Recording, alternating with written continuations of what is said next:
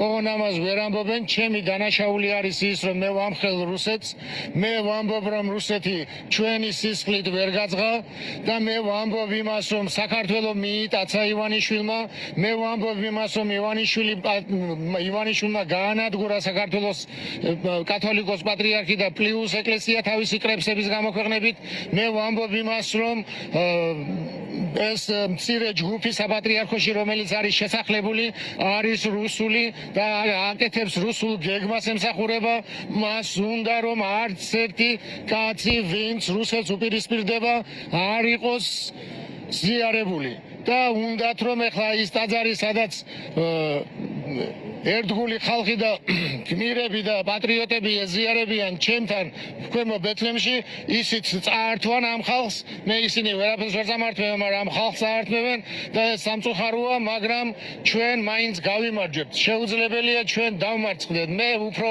თუ ამათმა დამსაჯეს, უფრო მეტი დრო მექნება გადავერთო ეროვნულ განმანთავისუფლებელ მოძრაობაში, რომელიც აუცილებელია ჩვენიერი უნდა განთავისუფლდეს ამ დიდი ხოციანობისგან და რუსეთის მონობისგან. მე ამას გავაკეთებ. არიან ადამიანები, მღვდლები, ეპისკოპოსები, რომლებსაც თუ ეპისკოპოსობას ამ მღვდლობას შეუჩერებ, მაშინ მისგან არაფერი არ დარჩება.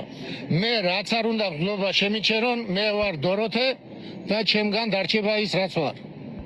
დიდი მადლობა არის ასევე ჩვენთან ერთად. ეთყობა მათ აქვთ რაღაცა დასამალი, დასაფარი, რისი გამჟღავნებაც და გამოჩენაც არ უნდათ და ამიტომ აკეთებენ იმას, რომ ეს სხდომა იყოს დახურული და დაფარული საზოგადოებისთვის.